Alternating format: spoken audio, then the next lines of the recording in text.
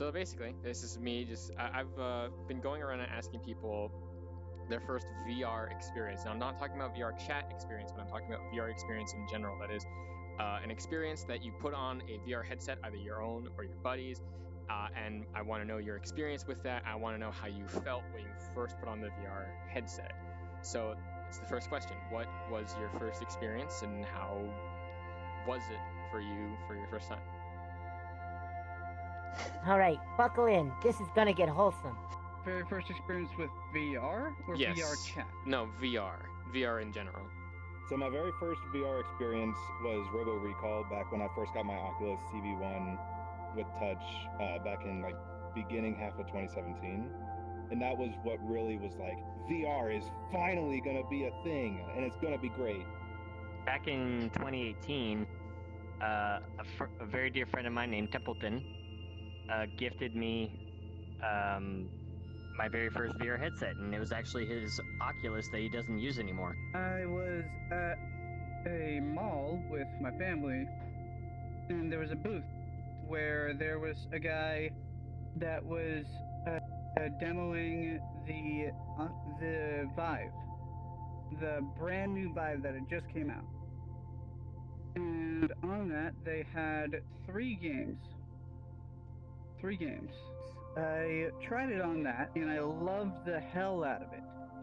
And then, a couple days later, I find a video about by a YouTuber named Merc Music on his first experience with VRChat, where he goes around in Uganda Knuckles. The first time I put it on, I was very confused because the world around me was much shorter, even though I felt taller in real life. So I was trying to figure out everything from the controls to the where I was. Like, I was looking around. One of my first friends actually joined me, and I saw him, and I was just like kind of in amazement. It was like, wow, this is what VR looks like. I just wanted to put on the headset and be amazed at like everything I could touch and everything I could interact with my own hands. My mom took me to a theme park called Disney Quest Chicago, all right? And in that, it was basically a building. That was at the same time when Chicago was doing this big art movement with the cows that various artists would paint, and they had various cow statues everywhere that were painted differently, and there was a big whole art installation in Chicago. That was a very big deal. So I thought that's all we were doing today. But then we went to Disney Quest, all right? And I thought it was a normal Disney store until the bellhop lady came along and said, you know, like, welcome to the future. All right, you are about to experience another realm. And we all, you know, Disney, they always hamp everything up. So we all go into the transporter, and a whole bunch of flashing lights, woo, woo, woo, woo, but it's really just an elevator going to like the second floor or third floor.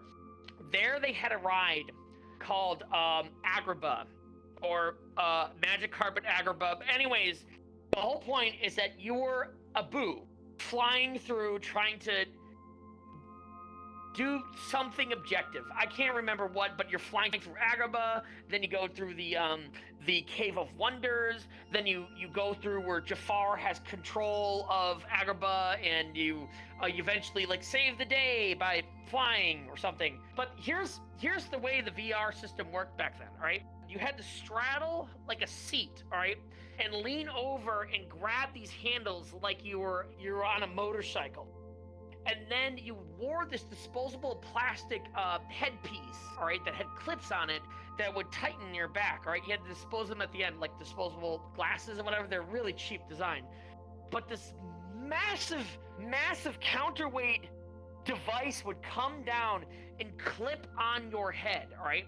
Through the lenses, you were looking at a CRT camera. So you're like this, so you're in a position where your head can't really move that much. You know, you try to you can't really look around if you're on a bicycle unless you let go of the handlebars, but you had to maintain grip on those handles because you had to squeeze these triggers, otherwise the screen would shut off. And it would tell you to re-squeeze it. So I'm talking like a big old machine where you had to stand in a circle, and they had these headsets that lower down on top of your head, and you could only operate your character by pointing a gun in one spot. I was in Las Vegas and it was with my father, and it was the coolest thing he ever seen. And we played a couple games, and it cost like $60 per person to play, because it was new stuff at the time. So it's actually a pretty cool thing. The first time was back on 2017 when obviously I was introduced to VRChat, and I was a desktop player. And I really want to get my hands on VR, so I googled my city if there's a VR arcade, and there was. So I went there. They were charging like 20 an hour, so I would play almost 3 hours a day. As soon as I get off of work, I go there, play VR, go to the VR arcade. And when I first got there, they didn't know what VRChat was, and I'm like, "Can you download the game? It's a free game. I'm here to play." Right? And he's like, "Okay, sure, why not?" And they recognized me. The EB Games Expo 2016. We had a big huge lineup to test out. Oh, look, this is like the vibe. This is VR. This is like new shit. Check this shit out. And then we played Space Pirate Training Simulator. Played a couple rounds of those. That was ended up being quite a lot of fun. It was one of the first few games I bought once I got a headset of my own in my own house. I was back in Rome. Had gone on a vacation there, made a little stop at a museum history. A video game museum there. Vigamus, I believe, was the name. And they had an extra ticket bit that, hey, we have a VR room set up for you, computer, everything. With your ticket, you can go in and send a game in there. So my first experience was with an Oculus, I believe the DX1 or whatever the first prototype was, and it had basically what amounts to a Leap Motion attachment to it nowadays. So you didn't have hands, there weren't any controllers. It's just what it had, but this little extra sensor, you could use hands. And it was a little not physics puzzle. It was a puzzle game though, connecting squares. I unfortunately don't remember what the name of the game was, but that was my first experience. And it kind of, I'd always been like really interested in kind of the ideas behind virtual reality previous to any of this stuff coming out, and it just kind of opened my eyes then. He would just randomly join worlds, obviously drunk. Well, what was your first game though? Oh, my very first game was actually Beat Saber on PlayStation VR. God, PlayStation VR was fucking horrible. First VR experience, and I don't count from back in the 90s when they had those like big old VR machines. Like that's where VR started, but it's nothing in comparison to what it is now. Okay. My first VR experience though, I was at a GameStop, and they had the PSVR to be able to test, and I've been seeing VR for a couple, like basically a year or two back when the dev kit for the Oculus was out, and that also kind of looked like shit. But my first game was Riggs, and when I put it on, and Riggs? they got me into the Riggs. Yeah, the robot battle game. I think it's called Riggs, and you're way high up because you're in a robot, and I'm looking down. And just the feeling of being like just super high up in the air, I was starting to kind of freak out. It reminds me of like one of those, in my state it's called a power tower. It brings you all the way up and then locks you there and then drops you down. And my very first game in VR was on my buddy's Vive, like forever the fuck ago, and it was a game called Tilt Brush. And I'm not an artist, but to get to hop in and have it dialed in enough where I could actually visibly see what was going on, because I didn't know what the hell I was doing, it was this like transporting experience in which it opened up the idea that, hey, this might not be, reality, but this is a wonderful little escape in this moment, and it allows your imagination to truly run free in a game such as that, where the goal is to just draw stuff and have fun. I was kind of game center, like they had a lot of retro games, PlayStations, Nintendos, and everything. But they also had a couple stations with modern games, and there was that one station with Oculus Rift. I don't remember if that was the one of those developer ones, or if that was the final product that was on consumer level. But I remember we didn't have a chance to grab any controllers or anything. That was just the headset, and the game was basically some kind of robot in the space, and I had to control all the movements of the robot with my head. I was looking into getting a VR headset when I first played this game in like mid-January when the Knuckles meme was popping in like 2018, January 2018. And then I was like, okay, I need to get myself a VR headset. So I was looking in the market, and I got the Oculus CV1. So that was my first experience on that. Pretty immersive, I will say. So I was at a mall, and they had a Microsoft store, and the Microsoft store had a Vive demo, and I just went ahead and did it. And the first experience was basically this thing where you're like under the water, and there's like fish everywhere around you, and then like all this, like the sound and the way that everything looked. It looks cartoony, but like it's enough to make you realize like you get too immersed in it, and like I don't know, at that point I just kind of fell in love with it. I actually went to Best Buy, and my parents were kind of just doing their own thing, and I saw that they had an Oculus booth set up with the original consumer Oculus, and they just kind of had a couple tests. There was like a basketball one for like non-VR users, kind of just like there's two different kind of things you could do. There was the non-experienced and experienced ones with motion sickness. I obviously was okay with motion sickness, so I went with the more kind of advanced kind of stuff. And there was a simulation where you were kind of like a mage, and you had an anvil in front of you, and you picked up the hammer, and you were slamming it, and you would pick up a javelin and throw it at enemies. Some company over there, I don't remember the name of the company, don't really care that much.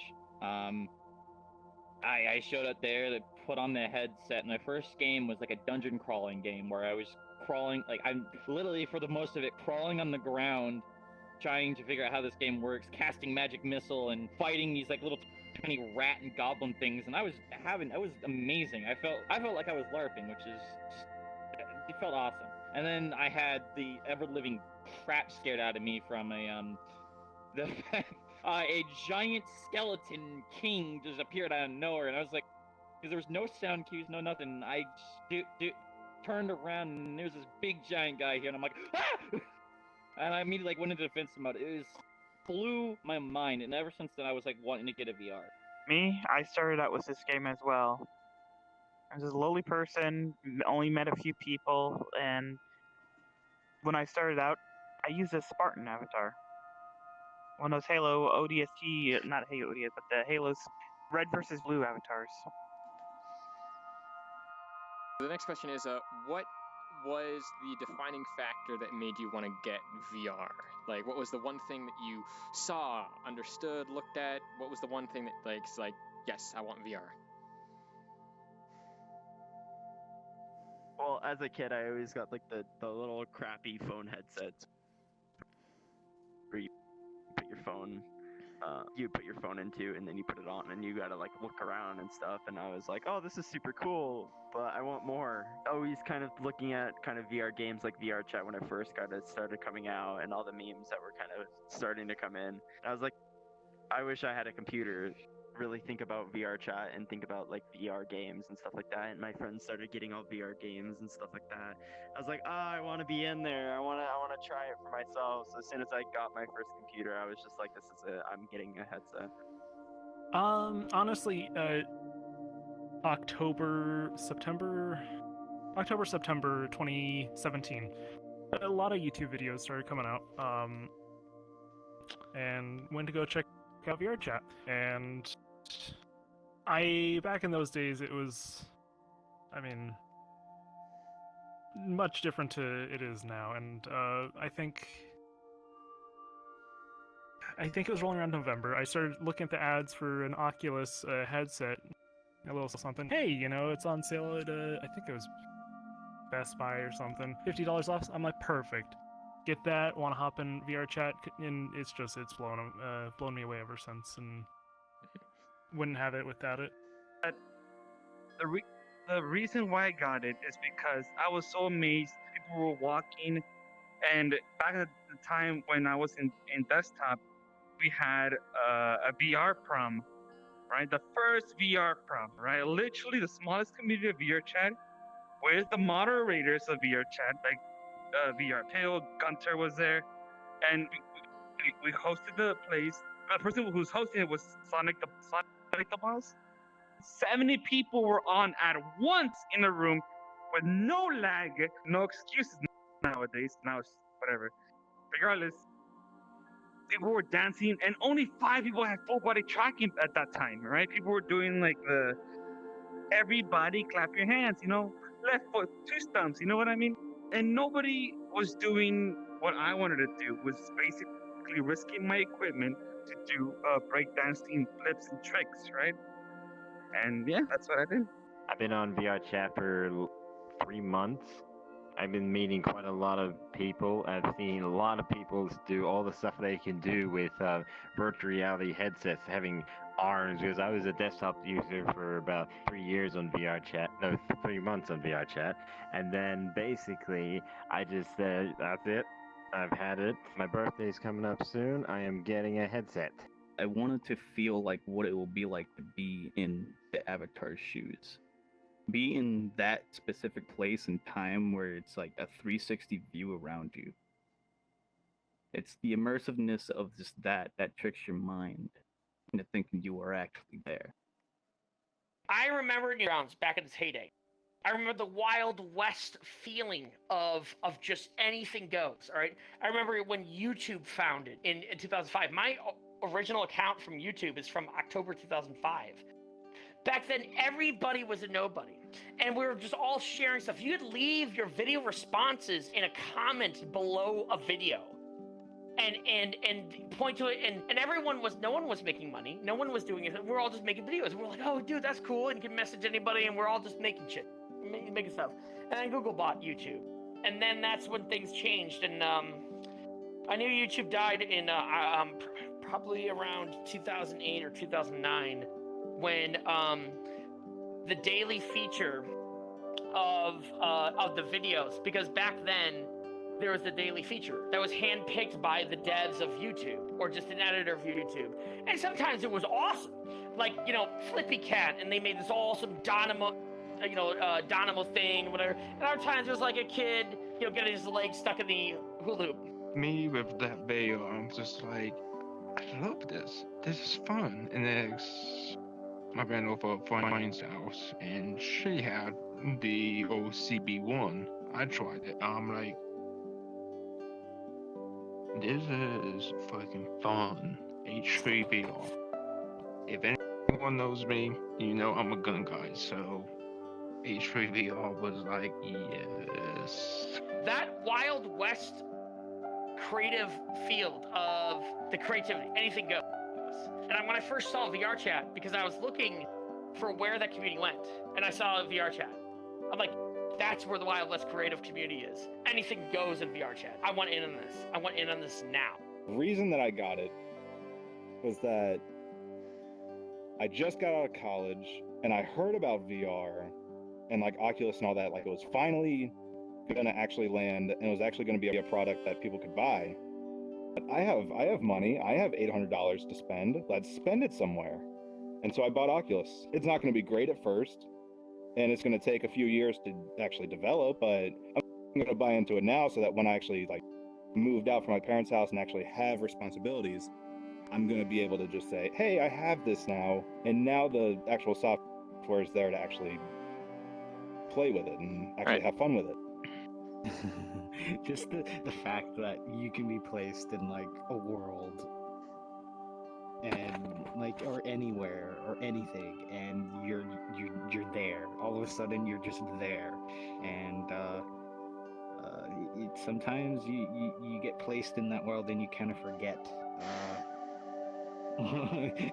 This is a virtual place. You can be anything you want. It just reminds me completely of Ready Player One. You can be anything you want in a virtual world with people that you don't know, but you have this one common interest of VR, and you're in this virtual. You're doing your own thing. Anything you want. It's fun.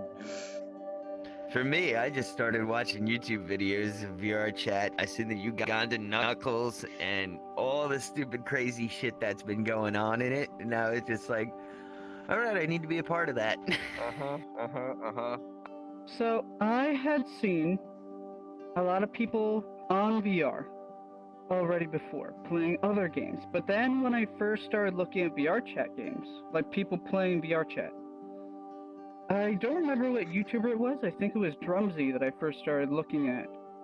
His videos and the gestures that he was making, like all the crazy looking gestures that he made.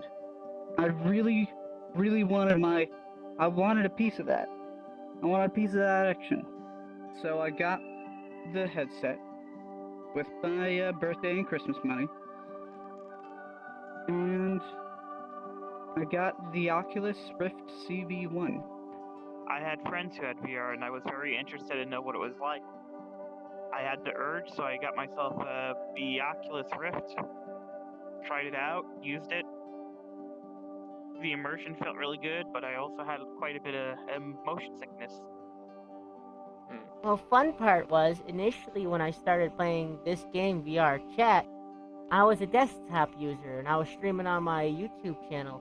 I don't stream at it anymore, but when a friend of mine saw that I was playing on desktop every day, practically, it wasn't me that made the final decision to get 3D. They bought it for me and said, I want to see you in your characters on VR. And honestly, after I got the headset, I haven't really looked back because it's been a whole bunch of fun, and I really enjoy it. Yeah, I want to be in the game. I wanted, like, from all the videos that I watched, it was saying you're not gonna know, like, until you put on a VR headset and actually play the game, you're not gonna truly understand this video. Because you don't get the sense of scale, you don't get the sense of immersion, you don't get the full experience of what you're actually going through. It just looks like another PC game, basically. And the last question is,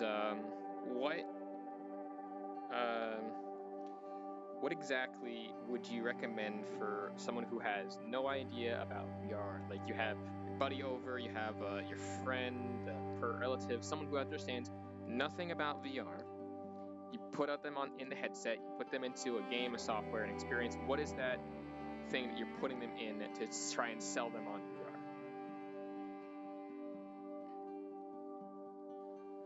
A VR experience? I mean, yeah. Really, virtual reality is all about exploration for me. And I would say, put the headset on and just go with it. I mean, there's plenty of free VR apps out there like Google Earth or Google Maps, and definitely exploring the world and getting to see it in virtual reality and getting to move around and actually standing above the world is actually a unique experience in and of itself. You can try out like Best Buy if you want to experience what VR is like. My recommendation would have been either Beat Saber or like a job simulator game. So I actually work at a VR arcade, and so I deal with these kind of people a lot. I deal with the adults that will come in with their kids, and they just throw their kids inside the headset without any care. And then I ask them, hey, have you ever tried VR before? And they say no. So I usually will say, once your kids are done playing, I'm going to throw you an experience. It just kind of like, they didn't have any kind of knowledge about it, what was going to happen. They just kind of looked at the screen above them and decided, oh, like, that's cool, I don't really know anything. But as soon as I put them inside the headset, I put them in Richie's Plank experience, which is a experience where you kind of go into an elevator, you go all the way up on top of a building, and you walk out on top of a plank about like 20 stories in the air. Answer would be like immediately either one of two games. Either I would slap him in the middle of Blade and Sorcery, or I would slap in the middle of Robo Recall. Those are phenomenal games, and holy shit, they will sell you on VR. Always, whenever my family comes or some new friends that I want to show them up, the VR headset is basically Beat Saber, because this is probably the easiest one, the most entry-level experience that is easy to grasp at the beginning. And if I see that they're trying to get a hold on quite well of the controls and everything, I'll probably throw them into Half-Life Alyx. I've actually had this type of situation because I had some friends ask me, what's it like in VR? And I would ask them, like, you want to try it? And they didn't want to choose. They didn't want to be in VRChat. There's only one other person that actually did VRChats because he wanted to see it, was my friend who lives in up north now. The other experiences was Beat Saber for the rest of my friends because they all wanted to try that one that came out. It's a toss-up, because I would say if you want a good physics-based game that reacts to how you operate as an individual, I would say something like Half-Life Alyx, a good game. If you want to see how much people can push the potential of a game, I've always enjoyed VRChat because the creators in VRChat, the world builders, the model makers, are constantly trying to push the limits of VR. I would want them to try going around the Oculus Home menu first, and then put them into either their choice of either VRChat or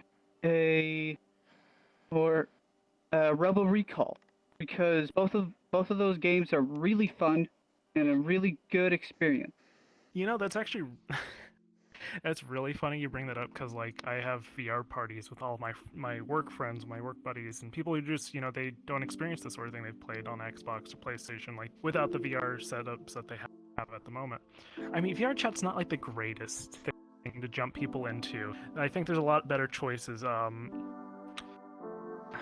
think right now, like specifically right now, Half-Life Alyx is one of the better ones. If they're a single player type of guy or girl or anyone, it's going to be Half-Life Alyx, because that game is the best VR game, hands down, no competition. It's Half-Life Alyx right now for sure. If they're a social person, absolutely VRChat, because that's going to be the leading kind of multiplayer VR experience in itself. But definitely Half-Life Alyx for sure. Blade and Sorcery is for me. Yeah, because I put my friend in it, he fucking loved the game, and I watched him sit there in my room, flail his arms around, and he almost punched me in the face 2 or 3 times. So first, the easiest one to do. It's not too much head churning, and it's super simple. It's already Beat Saber. I would like to do some Beat Saber first. Easy game. All you gotta do is move your hands, right? The next game will probably be VRChat. Like that's what I did. Oh.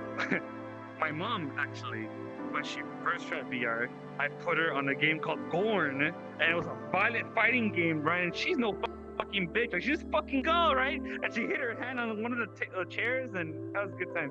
Every time I put someone who's never been in VR, I just let them run around the Steam home, and play with the stuff there.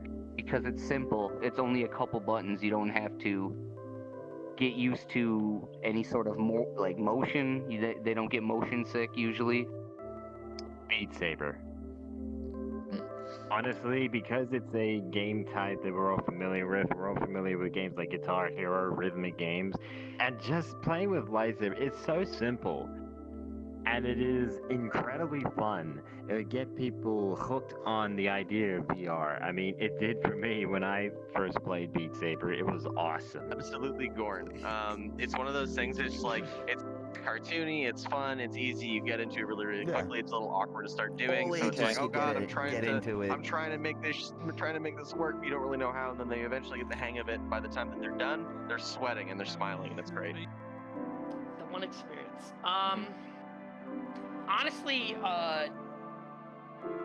going deeper in VRChat to the more interesting things. seeing things that you haven't, are not possible here in this realm, right? Actually having a grenade and throwing the grenade, all right? Actually going to, flying in an actual jet airliner, and then you're flying around and looking outside, playing laser tag in VR. Get away from surface level VRChat, because the deeper you go in VRChat, the more interesting and more complex it becomes, and that's where you find the actual true highly conceptual development in VRChat.